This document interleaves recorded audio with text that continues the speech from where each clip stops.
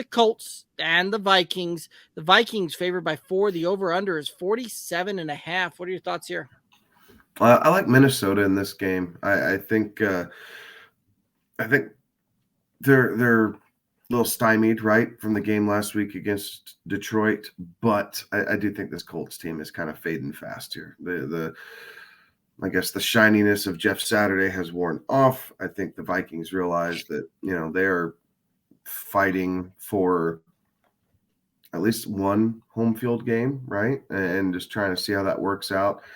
I guess there's technically a chance that they could get home field advantage and get that 1 seed and get the bye, but I don't think anybody believes that's likely with having losses to the Eagles and to Dallas.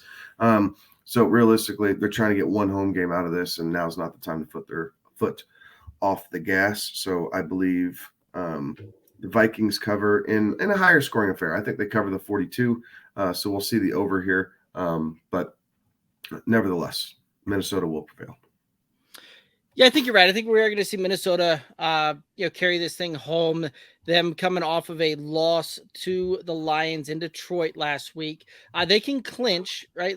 They've gotten this thing down to a point where they can clinch with a win, clinch the NFC North. So I think you're right. I think that they do find a way to win this thing, and this is one of those two that this is going to be a game that is very interesting, right? When you look at it, the Colts are really bad on run defense, like really, really bad, giving up 120, 120 yards per game on average to opposing defenses there. Dalvin Cook was stymied a little bit last week. I'm looking for him to probably have a pretty good game here and a little bit of a breakout, far more so than what we saw last week where the Vikings threw the ball and Kirk Cousins got over 4 bills through the air, but in a losing effort nonetheless.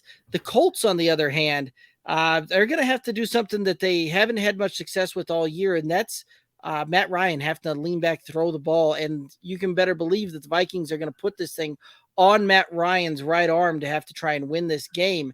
And I think it spells out some interesting things for some Colts offensive players here, but I do like the prop on Matt Ryan going over 0.5 interceptions this week. This is one of those that if, when I see Matt Ryan on there and I can put an over on his 0.5 interceptions, I'm going to take it because it hits and it hits and it hits. And we're just going to ride back in that rowboat again.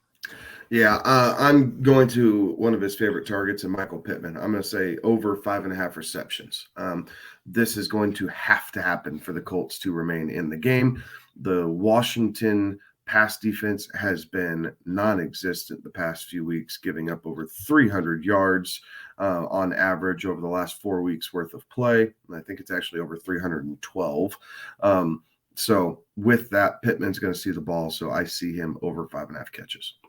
Yeah, I like that one. And this is definitely the, if you're going to see this thing break out and you're going to see this thing, him get back to that, what we thought we were getting for fantasy all, through the first couple of seasons, this is the matchup in which it needs to happen for him to do it. I still think he has the skill set to do it. I don't know that he's had, not that Matt Ryan's completely incompetent, but he is a shell of his former self, right?